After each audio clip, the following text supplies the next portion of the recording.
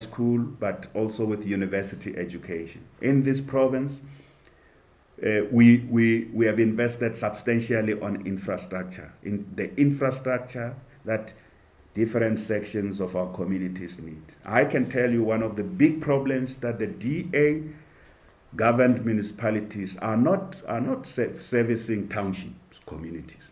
One of the reasons why people keep rising, that they are not servicing township. They have stopped projects in the townships that were started previously by ANC municipalities because according to them, everything is corruption. And the ANC understands that we won't let them get, the government does not serve only a certain section. So that's why we must make sure that wherever there are municipalities, whether they are governed by the ANC or by the DA, we must get them to work with provincial government to deliver. They can't run away from those. When people rise, they call on the Premier to intervene. But half the time I go there and tell them, the following things can't be done by me. They must be done by the municipality. And I wouldn't want to blame municipalities. I would like to work with them. So from the standpoint of the ANC, I think our conference is focusing on how to deliver an organization that can serve the people of Gauteng much, much better. Is that well understood across the board? I think it is. There may be contestation. There may be different leaders who feel that they can, and that's what we've created, an environment where we say those who feel they can provide better leadership, who can provide more ethical leadership, who can help us do these things, come to the fore. That's what a democratic organization does. And you have seen their names and so on and so on. We say that's a sign of a healthy organization. But there will be no violence. And if it happens, there shall be consequences, there shall be action. There is no fraudulent membership practices. We have an audit that has just been confirmed by our national leadership. We will run a very clean conference with regard to that, the issue of membership. Am I worried about the use of money? I say that's something that we still don't have a full handle on, because we need state institutions to prevent using our conferences to throw in dirty money there. Money that's obtained corruptly gets thrown into conferences. We think we will succeed. Thank you, Chair. I think you've responded adequately to the questions that were asked. I'll allow just one last round for those that did not get a chance to ask a question before we conclude with the briefing. I see a hand here. We'll follow the same process. After they've asked, then I'll come back to you, which is you are the last one. This is the last round, the last bite. Can I start with you, name at the back, then come with you now, and then conclude with you. My name is Odruma Samela. I'm from 19 my question is based on unemployment. I think we've heard that from national, and now we're getting that in Gauteng province. How is that going to be done in terms of helping the youth to get jobs? Thank you. No, Moko from Jacaranda FM. Dr. Makora, you make it so hard for us to follow up questions. My apologies. You can't write like this. Dr. Makora, I just want to talk about gender parity. Right now we're being addressed by 2 males. Will there be a better representation of women in leadership positions at the conference? Also, can we get a timeline when it comes to the e-toll? We want to understand where does the ANC stand on that. Can you also get a timeline on land expropriation and for compensation? Can you also, this is a different question, but the tobacco laws that are being put to Parliament, and that is going to also affect businesses, especially black businesses, especially your tech shop, your spaza shops in the township. How is the province going to deal with that? And before I say one last thing, I see that fake news is not a concern ahead of the conference. How is the organization going to deal with fake news, especially when you talk about money laundering and things like that? There might be a lot of fake news coming out that might impact how people vote. The last question is the analysis that ANC is becoming a rural party. Is ANC then relevant to Gauteng as it is a metro? And what we've seen from stats is that all the metros are, not all the metros, but a number of big metros have been taken by opposition parties. That's it.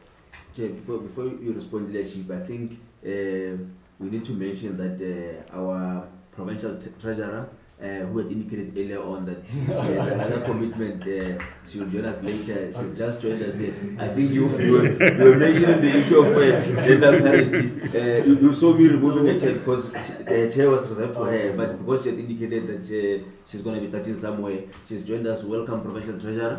I'll allow the leadership up front to respond to the questions. I think some will go. Kaya, you are fine, you're covered. Okay, you are the last one to raise a question. Are you also raising a question? Oh, okay. I will ask after him. You can go, Silvio. Okay. I just wanted to focus on the issue of conferences. You are saying all 5 regions are ready to convene their conferences. But the question I wanted to ask is, to what extent, as the provincial leadership, are you able to monitor and have an upper hand on the daily life of your lower structures? I'm asking this, for example, even though there may be successful conferences, you would have complaints from members and branches on the ground about the extent to which the regional leadership, for example, is unable to even convene your RGCs to an extent that you find disagreement between your branches and your regional structure. I can even make an example, for example.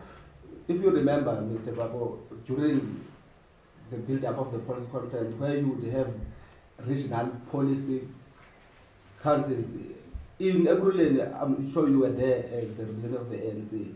It was scheduled to start at 8. I think it was even around 11, 12, where branches were demanding to have an RGC while people were wanting to discuss policies because they were accusing the regional leadership of having never, in fact, convened one RGC since they were elected. The last question. Okay, this is from Upper Voice, previously known as New Age. On the issue for Provincial Secretary, on the 471 branches, were there any branches that didn't pass the audit outcomes? I think some questions the PS will respond to, others the chair will respond to as well. He will start. I think the treasurer can now come and join us because she can deal with some questions more effectively.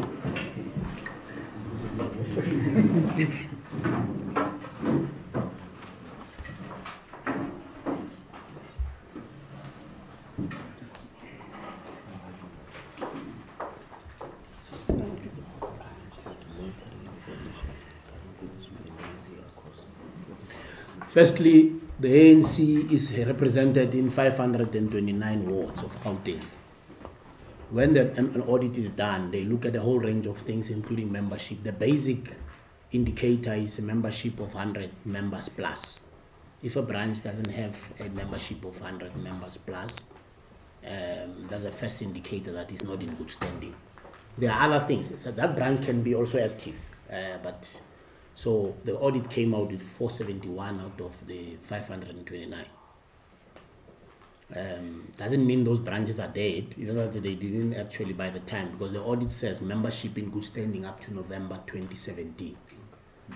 That's the basic, the cut-off date of membership renewal and new members. And you know, in the ANC, you have to complete 6 months before you are a member in good standing. So some of the people in those branches would not have completed 6 months. Some of them would have renewed late. A whole range of things actually come in. So 471, it's all out of the 529. But obviously, it's an overwhelming majority of the wards in Gauteng.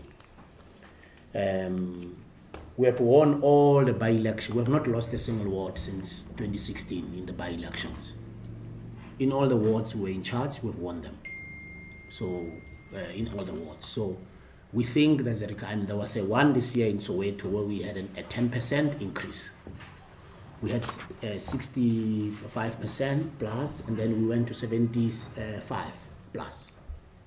And in all the wards which we won, we actually did not lose them.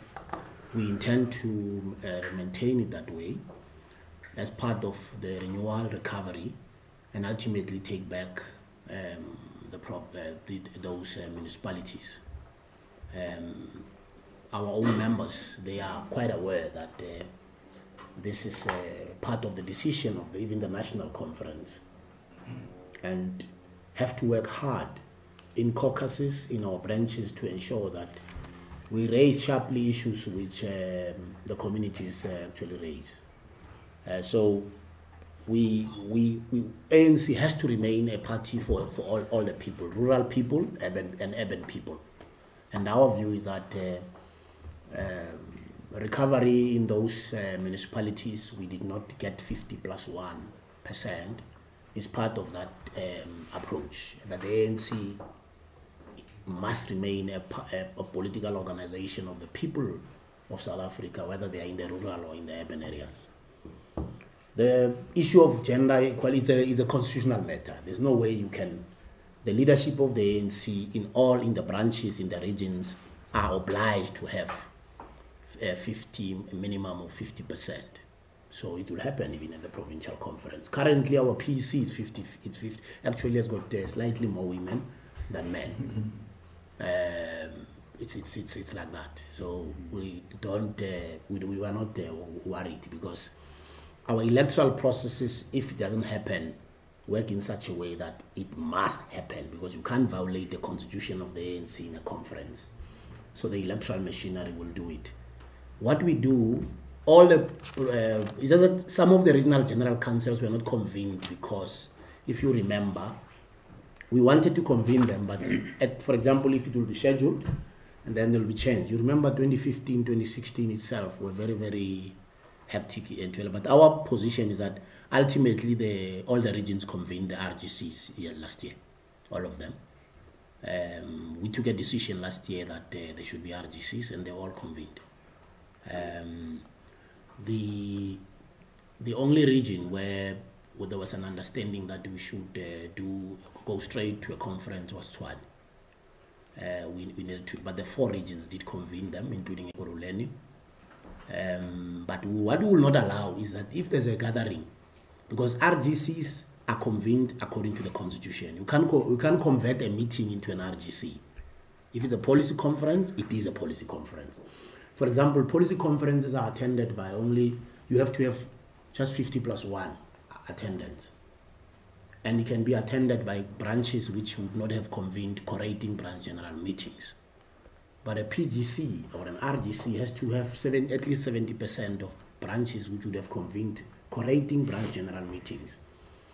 So that issue was addressed through an RGC, for example, in Ekurhuleni last year, as part of our own program of preparing for the national conference. And if you remember, the 4 regions were due to conferences between October and November and December.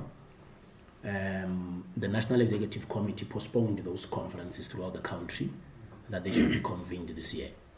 And subsequently, because there was a decision on a new audit, then they were further postponed, because they were supposed to be done on the basis of the audit which was done for national conference. The NEC at the beginning of the year took a view that there should be a fresh audit, and then with the cut-off date of November, and that audit, hence now the latest decision to convene regional conferences and provincial conferences in specific provinces by the end of June. So it's important. I mentioned the issue of the land. The conference said there should be modalities worked out. You know, the government, the ANC has set up a team to work on modalities. When it was a governing party, I like to say governing party, you are not a ruling party. Ruling parties are linked to kingdoms. We are not a kingdom in South Africa. We are a democracy.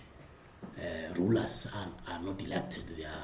They are actually up by birth, you know. So as a governing party, you can't implement any policy without a proper plan. You'll have chaos. So conference was very specific that there should be modalities worked out by the National Executive Committee, and that team has been set up to look at what is existing, the land audit which was done for agricultural land, industrial land, residential land, which was done by Rural Development Department. Gauteng itself has been doing work on the issue of land. What we do not want, because when people invade, they usually pay somebody.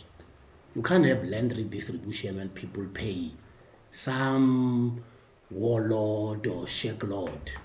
That's not the land redistribution. It's actually punishing people. So the reason why we oppose that, the modalities must be worked so that the land is redistributed for proper use. Industrial in Gauteng, we need to have factories and industries established, even next to people where people live. Because if an investment will come, it may have to be maybe in an area next to township establishments and things like that. Human settlement, agriculture. There's niche agriculture in our province, which is very, very profitable. So it's important. So our opposition to land invasion is to also protect people from scams, schemers, fraudsters, charlatans, people who are fundraising using land. So it's not an opposition based on because we don't like it. And if you can go and check where there's land invasion and check money exchanges which happen there, there's a lot of criminal activities which happen in those circumstances. And the law enforcement, that's why we supported our government in Gauteng, that the law enforcement agencies must act hard, they must act tough to ensure that we don't have criminality, because there is a commitment already on land redistribution as in the constitution. So we expect that by mid-year there will be some form of a plan on how to redistribute. And when we redistribute land, you must also have mechanisms and machinery to do it. Because it's very easy to call, expropriate, and then there's no plan. And then you have chaos. So I think the timeline is also linked to what the conference said. So there is a commitment that going into 2019, there should be movement around that. There's no argument in the ANC about whether we should expropriate and redistribute, because you have to redistribute. You can't expropriate land without a redistribution plan. And for what do you redistribute the land? So it's very, very important that that happens, because we're a governing party which also want, as I said earlier, we need the participation of the majority in food production. We want participation of the majority in agriculture, which is overall agriculture. We want our participation of our people in the economy, property market. There must be majority of people, because also land is linked to property market. There must be people participating in that space. So it's very important that the issue of timelines are linked to a clear plan of economy, because it will be a tragedy to redistribute land and the economy collapses, because then that land has no value. So the modalities have to work out all those things without changing the decision. And there's also a parliamentary process which was initiated through a motion. We think this is a best way of doing it, because when you don't have responsibility, you can make a call and you don't care about the consequences of the call you would have made. And South Africans are not people like that, where they just want chaotic things, collapse of things, and then we toy in support. And when our country, it's actually you can't do that. And the ANC is not, particularly in this province and nationally, cannot allow that kind of situation to actually take place under our watch. The last two, the complaints, as part of the preparations. Last year, there were NEC members who were dealing with disputes and complaints. They adjudicated over them and made decisions. NEC members for conference last year. This year we'll also have that process in place. And guidelines actually outline the role of branches, the role of regional leaders, the role of provincial leaders in the process. And the guidelines indicate what role branch leaders play in those meetings. But I agree with you that part of our responsibility will be to monitor the work of our branches. And we've got measures we've put in place internally. For example, our monitoring and evaluation unit, which is based in this building, is doing work where we assess functionality of our lower structures. So it's currently doing that as we speak, where we look at functionality of branches, whether they are implementing our programs in the community, and that will give us a scientific sense, not an anecdotal kind of, we're doing that. As we speak now, that team is going around all over the province to assess the functionality of our branches, because renewal is very important, that we have a complete detailed picture of how are we faring in terms of implementation of programs. So because of that concern, that's why we initiated that kind of work through our monitoring and evaluation unit, which at some point you will have to meet in terms of the work we are doing, because they're focusing on governance, the unit, they're focusing on policy, they're focusing on organization building and campaigns and elections. Those are the 4 areas our unit is focusing on. So the area of organization building, that team is the one which is focusing on that issue you are raising, to diagnose and evaluate the functionality of our own structures, so that by the time we go to conference, we can come with resolutions which are informed by the actual picture, looking at what would be the challenges and the problems within our branches. And we are not known to deny problems when they exist. That's why even in our statement we say, in government, when there are problems, they must be acknowledged and dealt with. We don't also hide problems when they are there. Sure. Treasurer wants to say something with regard to some of the questions you posed. That's the provincial treasurer. She's a winner. Thank you very much. I think the issue that I wanted to pick on is on I think an example was made about the RGC that set very late, but also the challenges that normally are raised by our members. You'll find that members will complain to say a meeting is set where we needed to elect leadership, but we're not informed. There will be a section that will be informed, other sections might not be informed. We don't know what has been a problem. As a result of that, we have decided as the PEC that we'll actually give support to branches working with the regions, but also working with those outgoing BEC members, because these meetings are meant to ensure that, if you say BBGM, a BBGM, which is biennial branch general meeting, is meant to elect BEC members. So those that are there now might not be there after the BBGMs. Second one is the RSCs, then the PECs. So we're not interested as to who people are going to vote for. All what we want to see is successful meetings that are taking place. As a result, our call center will be able to working with the regions, because we don't want to undermine lower structures, to ensure that as they inform members to come and attend meetings on a particular day, our call center also send a message direct to our members for them to know that there's a meeting sitting on this day, at this particular time, at this particular venue. So that information is being collected through the regional secretaries and our provincial secretary, so that our team of administrators are able to interact. But because at the branch level, some of the branches are vast, because they take, the boundaries of a ward. You'll find that the venue is here, but other members are situated out there. So we'll also ensure that, especially for elderly people, we need to ensure that we provide transport for them to be able to reach venues, but also to ensure, because of their conditions, ill health, diabetes, they must be actually given support in terms of refreshments when meetings sit longer than that. Because in a BBGM, the chair must actually deliver a report, the secretary must deliver a report, the treasurer must also deliver a financial report. So that might also take longer, especially for elderly people. So without actually saying those that will support candidate X, let me say Sam for now, because I know that he might not be standing for any position.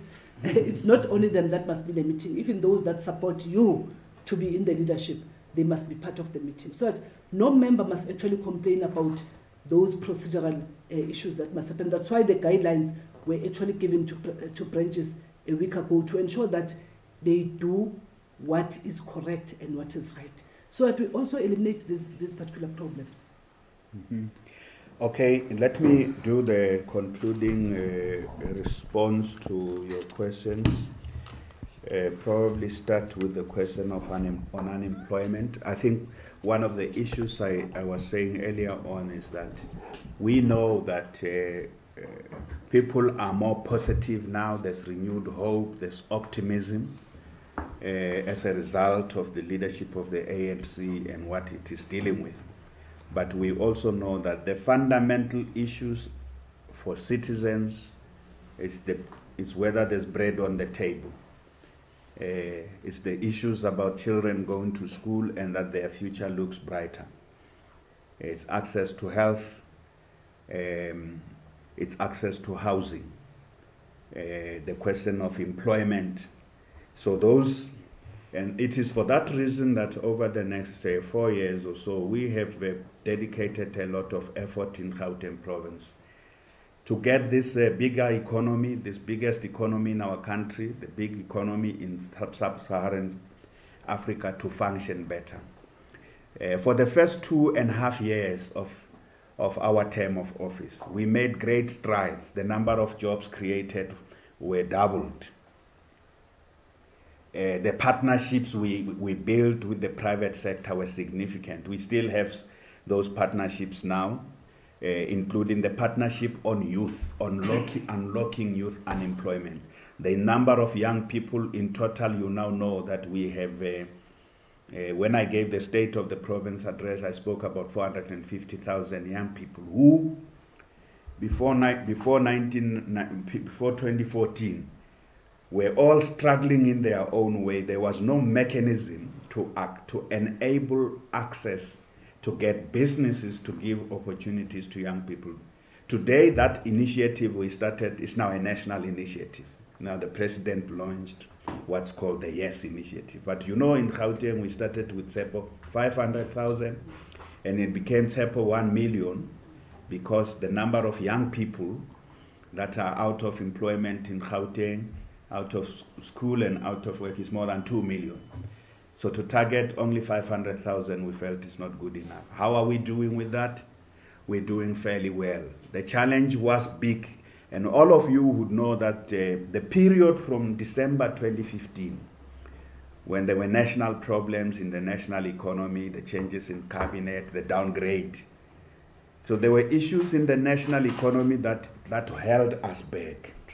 So there's no doubt about that we have been doing a lot of work, and you can do a lot of work, but an economy has many dependencies. There's the global economy, there's what's happening in the national economy. That's why we are pleased that now our national government leadership has a single-minded focus on economic recovery, including in bringing more investment into our economy. Because from December 2015 and then subsequent problems that arose in thereafter, they set our economy back. And this province, the reason we have had in the last year we have not had significant employment creation is a result of problems in the national, arising from the national economy. And key amongst them were the downgrades. So even when we engage with private sector people, they kept saying, Premier, yes, we want to work with you, we are doing our best, but look what's happening at a national level. And I couldn't say to them that there will be I couldn't guarantee those things. But we are back on track now, fortunately. And that's why the mood is good, the mood is positive. So on the employment, we suffered a setback. But we are bouncing back. And that's the point I want to make, that when the ANC National Conference has helped us, now we will focus on the real issues, not side issues. And this also has to do with another important issue, that in this province we have had very successful interventions on another area of the economy we call the township economy. By all accounts, what we have done has worked pretty well. We have spent in Gauteng alone, we have spent over this entire period close to 20 billion rands on what we call the township economy, stimulating the local businesses there, helping to improve the viability of the businesses. And not only by them doing business with provincial government, but improving the infrastructure and access to markets. So that is a very important intervention that we have made. But I can tell you that municipalities were doing very well, but since 2016 elections, some of those projects were stopped in some of the municipalities run by the DA, because I don't think they share the passion and the commitment we have around turning around the township economy. This is evidence you can see yourselves. You can see for yourself. So when I talk about projects, some of the projects that were stopped, I'm not talking about something we can't account for. And some of those is on the township economy, stopped in the name of corruption. So we have moved back on the township economy in municipalities. We have moved back. And that's something that undermines our efforts on employment creation. The one other important issue that the last issue I want to raise is that we have invested a lot in education. You know it. We have invested a lot of effort, a lot of resources in modernizing our education system, and that's why we have significant numbers coming into our schools every year. If you were to ask me, in that capacity, what do you think is the ANC's major area of shortcoming? Health, public health system. We're not proud of the performance of our public health system. Education, we have done a lot, and all we can do with education is to keep improving. And that's why we will have a conference this year with all people who are health workers, who are health professionals in that sector. We will have that conference probably around May, June, end of May, early June, to bring all the key players in health. But it's not only a conference you need, but there are the life as a demanded tragedy is just an exam, a demonstration of how things have gone wrong. When you have lack of accountability, when you have arrogance, people who do not want to hear what the people who are using the services of government are saying. So we will transform that particular area. If you ask me also what is your greatest area of concern outside health, is human settlements. And human settlements, the big issue is that there are many areas where people are demanding, they are not demanding us to build houses, but they want access to land, like the Soweto issue. All we need is to do it properly. There are many areas I go, people say, no, Premier, please release land so that we can build for ourselves.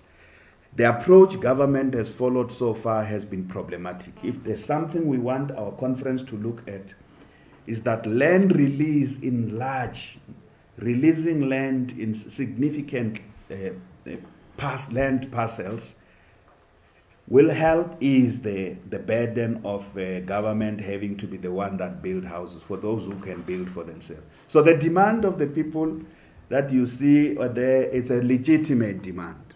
It's a legitimate demand, and as the Premier of the province, I really want us to release significant land parcels for people of our province who say, we don't want a house from you, government.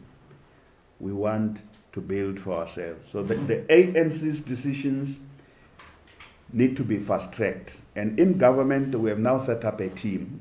The provincial government has now set up a team, and that team includes the MECs who are infrastructure MEC, human settlements MEC, the MEC for agriculture. We are looking at all the land that the Gauteng government has. Firstly, the one that belongs to us, and secondly, the land that belongs to municipalities. We need a structured release of land to people who say they can build for themselves. But we must make sure these are the legitimate people, because I travel a lot in this province, and I find that once you have that thing like people who seize land, you will have people who are illegal there, who would never qualify for the land. Some of them are not South Africans. So if we don't manage it well, and then there are criminal elements who extract money from desperate people in the name, if we don't manage that well, the land can end up being in wrong hands. But we, and in Gauteng, even as we have the national processes and the constitution, I have put together a team in government to look at fast-tracking the release of land for those of our people who want to build for themselves. So I want to say to the people all over the province who say that we need land, we will build for ourselves, we hear you. I want to say to them, we hear you. But and some of this land is in the hand of the municipalities, and some municipalities don't even agree with the idea of releasing land. You know it. Because of the political parties' attitudes towards the land question. But we are going to drive this agenda. Where the land is owned by the Gauteng provincial government, we will drive this agenda to fast-track the release. And then the expropriation of land without compensation, that will be driven by national decisions that are being taken. I'm saying to municipalities, release land to communities. Let's put infrastructure there. Let's put basic infrastructure. There must be water, there must be the sewer system, there must be electricity in those areas, because otherwise you informalize the province. If you just give people land and they don't have access to bulk services and infrastructure, they are going to live in areas that are informal, even if they build proper houses there, because they are not connected to electricity, they are not connected to water systems and sewer systems, and they don't have proper roads. So municipalities in Gauteng, you must release land, but work with us. And I like the fact that communities are demanding this, but they mustn't do illegal invasion. They mustn't do illegal occupation. And can I conclude by dealing with Neo's questions? Neo's question, the ANC, a rural party. I think we were moving in that trajectory now. We were moving in that trajectory. We were moving in the trajectory where the urban centers, the ANC's primary support lies in the rural areas. But that I can assure you we will reverse that trajectory. And the reason I'm confident, we know why it happened. The urban voter is more discerning, is more critical, and the urban voter has got something they need in return for them to vote, and that's important. And that's why we need an organization, the ANC organization in the urban center of our country called Gauteng, must be more discerning. That's why ANC members in this province are more critical. When leaders make mistakes, when they are involved in scandals, ANC members themselves are intolerant of that. These ANC members in this province, the membership of the ANC is more critical, is more discerning. And they themselves are demanding more accountability. So when you think that they complain about a regional conference not being held, it is the correct thing for them to do. If they think we have a regional leadership or a provincial leadership, that's not accountable. It's correct for them to, because they know the ANC constitution. They read, a lot of them, the level of education, let me share with you a secret, the level of education, the profile of ANC members in Gauteng is very different. The level of education is much better. We have done an audit of a profile, sociological profile of our members. We have more educated members compared to the rest of the country. They have better levels of education. We have fewer who are totally illiterate. Even members of trade unions who are members of our organization, a lot of them are people in trade unions who are in leadership positions. That gives us the advantage. that our organization here is more dynamic, it's more discerning, and that it is for that reason that when the things are going wrong in the country and in the ANC as a whole, they would not vote. So we understand why we got the decline in 2016 and even in 2014. We understand why. We can't blame the people. It is our organization that was not focused, that was allowing an environment where leaders, where ethics and integrity don't matter, where there are scandals every day. So we are a dynamic, we don't apologize for that. We don't apologize that we take a strong stance, even in the internal discussions of the ANC. We were the ones who were very outspoken. And we wouldn't apologize for citizens in this province who are critical when things don't go wrong. When the health system fails, we admit that they must be critical. When government is not functioning and is not responsive, we admit we need every part of government in this province. People take a service delivery protest here much quicker than they would ever do elsewhere in the country. And I keep saying when I talk to ANC structures that in fact the key thing is not whether there are service delivery protests or not.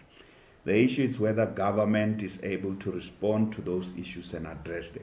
Because when people don't get services, they must protest. We are a democracy. But they must not be involved in violence. It mustn't be. Even ANC members must lead protests if communities are not receiving services from me as the head of government or from the mayor. They must protest. They must lead communities in the struggles to raise their concerns, but they must not be involved in violence. So this question, why we were shifting to become a more rural party, is because the organization was moving in a wrong direction. As we speak now, the urban activist core of the ANC and its base is activated. Because they can see that the organization is attending to the issues that worry them. They can identify with this organization. The e-tolls issue, you know that I have met with the President Ramaphosa in March to table the fact that as a province, we have raised this many times that e-tolls have not worked, and that we need a new way forward as part of the new dawn. You can't keep doing the same thing again and again, even if it doesn't work. Otherwise, people will think you are not okay. You know that saying. And the President shares this concern and is quite determined. We have come out of that with a process that is going to involve Minister Blade Nzimande. I have had a discussion myself with Minister Blade Nzimande in my capacity as the Premier. We're looking, I can't give you a date because it's not dependent on me. It's dependent on a government process. We're looking for a situation where this matter will be resolved pretty soon. And I spoke to the land release issue that I think I am frustrated myself about how long it takes for government processes to respond. The tobacco laws, I think we support the process that has been initiated by the Department of Health. I don't think in this province we want a situation where, if we didn't, we would have long said so. I know that the tobacco guys have lobbied a lot. They've gone everywhere to lobby everyone, saying jobs will be lost. But it makes absolute sense. We need to balance all that, the health situation for the country. Fake news, I would say that I think what we've been also been worried about is just social media, how not so much fake news per se in the form of distributing false information, but how our members use the social media to campaign for themselves. And often the ANC doesn't have a social media policy, as you know, at a national level. It is something that conference at the NEC must adopt. But in this province, to make sure that campaigning for leadership positions takes place in a civil way, we have discussed with all our regions and all our members that nobody should be attacking another member in the social media. There shouldn't be personality attacks, disparaging attacks of people, false information being put about somebody in there. We said that we will track.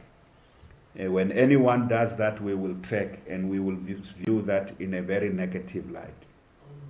Social media, we want to use social media to promote how our organization work, make it also more transparent for you to also see what the ANC is capable of doing. I want to conclude by saying that I think that the opposition in Gauteng province was very confident at some point last year.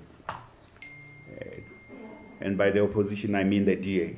At some point last year, before the national conference of the ANC, they were beaming with confidence. They were exuding confidence that they are going to win Gauteng. But the truth is they know now, and they can see from their own numbers, from their own tracking, that that's going to be a dream deferred for them. And a deferred for how long, I don't know. That dream that they were having about they are going to win back this they will win this province, was based on particular set of prevailing circumstances in the country, that things were going wrong in a big way. The ANC was not rising to the occasion to confront problems of state capture, problems of corruption, and economy moving in the wrong direction. And many South Africans were feeling really bad that the country is not going in the right direction. That's what they were. That's what it was. Now the ANC is grappling with this, taking the bull by its horn, and the buffalo bulls for that matter, buffalo horns for that matter, by its horn. The ANC is grappling with these issues. We're doing that. We're confronting every aspect of issues facing South Africans. And as we do that, they wouldn't be in the same mood. And they're going to increasingly resort to desperate measures. And one of the desperate measures they are resorting to, they'll try this, they'll try that. That's why they're putting a motion of no confidence. You saw they released a statement today. Maybe your reaction premier to that? No, I'm dealing with that. I'm dealing with that. I'm saying that they are going to resort, because firstly, they are so divided. So they think they need something that can hold them together. They are so divided. There's such a deep resentment amongst each other. They are on each other's throat every day. And in this province, I am saying the ANC has always been able to hold its head high, keep the organization together. And as we do that, they are at each other's throat. But they need to find a number of things. So one thing is they invested a lot of energy, and that's what we know, that life as it many tragedy is their primary campaign issue. They have nothing else. They have nothing else for the DA's campaign other than life as it many. The life as it many tragedy. So they are going to try everything. They will try the motion of no confidence on the 15th. They will. After that, they're going to try everything, but it will be on the same thing, because they can't talk about fighting corruption. We are fighting corruption in this province. Absolutely. They can't talk about anything on delivery. I'm saying that in the municipalities where they govern, they every day we have to pull them to say, get out of your mode of not wanting to take services to where it matters. And in some instances, we succeed relatively in some municipality, and in another, they can't build a campaign that's just about the ANC is corrupt, the ANC is corrupt. They have to deliver. And people are now beginning to feel it, that, oh, this guy said they can govern better, but every day we can't see what they can do better. And in some instances, they themselves are also involved in quite significant problems that display unethical conduct. So the battle for Gauteng is going to be won not on the basis of a narrative of an ANC that was in another period. It must be won on the basis of a party that can demonstrate here in this province that it significantly has the ability to keep this province together. You can't keep South Africa. Gauteng is the most diverse province. A party that can't keep itself together on diversity cannot govern. How can they govern a diverse province like Gauteng? They can't agree on what to do to be a more diverse party. They are, as I said, they are at each other's throat every day. Those internal tensions that have a racial character are manifesting themselves every day. And from where I sit, I think that party is going to implode. But we, as Gauteng, have to govern Gauteng on the basis of our credentials. We must deliver clean government. We must be more responsive. And that's really where we still have to crack we must crack a whip as the ANC. The ANC must ensure where its municipalities are run by the ANC, these municipalities must deliver better government. We can't allow any corruption in an ANC municipality. People must go to jail. If they are involved in corruption, they must go to jail, straight to jail, and stop nowhere along the way. That's our approach to these issues. And that's we are firm on that. And we want to make sure that it is something that we do, but it's not just about corruption, but it's also about delivery. Those who think that you must just focus on corruption are wrong. And if there's any ANC member who thinks we can just focus on delivery and transformation and not deal with corruption, they are wrong too. That's really our approach. So we're going to have a dynamic conference. You might hear a lot from those of us who think we may or may not be available. And you'll start hearing people approaching media trying to position themselves on this and that. We are a healthy organization. I think the contest here is going to be not on going back to the past of that ANC that was embarrassing a lot of our voters. The contest here is about going forward. It's not about resisting renewal and resisting the new dawn. The contest here is about what is the caliber of people in our regions. And I can tell you Tshwane is better. We have rebuilt the ANC in Tshwane. That's one. When we lost the elections there, there was lots of divisions and even fights amongst them. The ANC is now more coherent in Tshwane. We will emerge from the conference with a leadership that's solid there in Tshwane. They've also learned their lessons about being in opposition. And they are beginning to challenge the government of the day there and hold it accountable. Johannesburg, the ANC in Johannesburg is also beginning to play its proper role. They took long to understand what is it to be opposition. It's not easy. If you have been in government and tomorrow you are in opposition, they took very long. They spend a lot of time trying to help the DA, when in fact they are the opposition. Now they are beginning to play the role, to hold the DA accountable, to hold the mayor there accountable to deliver to the things he says, that it is not easy to govern. It's one thing to talk about it when you are not in government.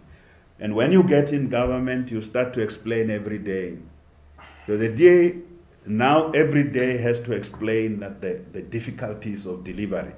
So I think it's good that the DA was given a chance to govern in 2016 and that the ANC was given a wake up because we were too complacent. We can't take the people of our province for granted. We can't take voters for granted. And I think we go into our conferences saying we can't take voters for granted. If we don't do the things that voters want done, they will not support us. And the ANC has learned its lesson in this province. So everywhere where we are in charge, we don't need arrogance, we don't need corruption, we need humility, we need responsiveness. And if leaders can't deliver that, they are not worthy of an election, of being elected in a conference of the ANC. Unless if they are elected not to be deployed in government, because election is separate from deployment in government. We will identify those who we must send to government, but we need a leadership in charge of the ANC in Gauteng that is on top of its game, that understands this is a complex province, but it's also a dynamic province. It has got the social composition of Gauteng is very challenging. That's why we can never insult the middle class here. We need clever people. We don't want to insult them. You clever people.